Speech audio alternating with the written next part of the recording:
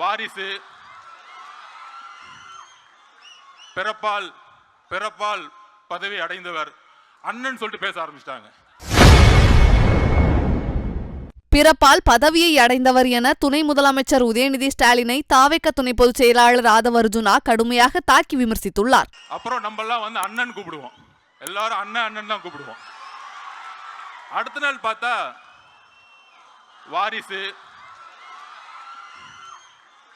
பிறப்பால் பிறப்பால் பதவி அடைந்தவர் அண்ணன் சொல்லிட்டு பேச ஆரம்பிச்சிட்டாங்க. என்ன நடக்குதுன்னே தெரியல. ஸோ தூக்கத்துலலாம் இப்போ என்ன நடக்குதுன்னா, ஆளுங்கட்சிக்கு தூங்கும் போது நடக்கும் பொழுது இந்த கூட்டத்தை எப்படி அடக்கிறது? நம்ம மணி சொன்ன மாதிரி இது என்ன களிமண்ணா?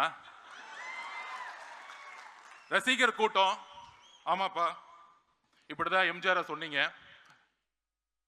77 தூக்கி போட்டாரு, 89 வரைக்கும் வர முடியல. அவர் உயிரோடு இருக்க வரைக்கும் வர முடியல.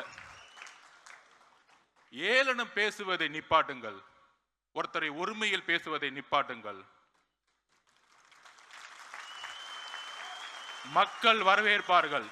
தன்னுடைய தொழிலை, தன்னுடைய பொருளாதாரத்தை தூக்கி எறிந்த தலைவரை வரவேற்பார்கள். ஆட்சியை அமைத்து பொருளாதாரத்தை உருவாக்கக்கூடிய அரசாங்கங்கள் தான் நாம் பார்த்துக் கொண்டிருக்கிறோம். பொருளாதாரத்தை தூக்கி எறிந்த ஒரு தலைவரை நாம் பார்த்துக் கொண்டிருக்கப்படுகிறோம்.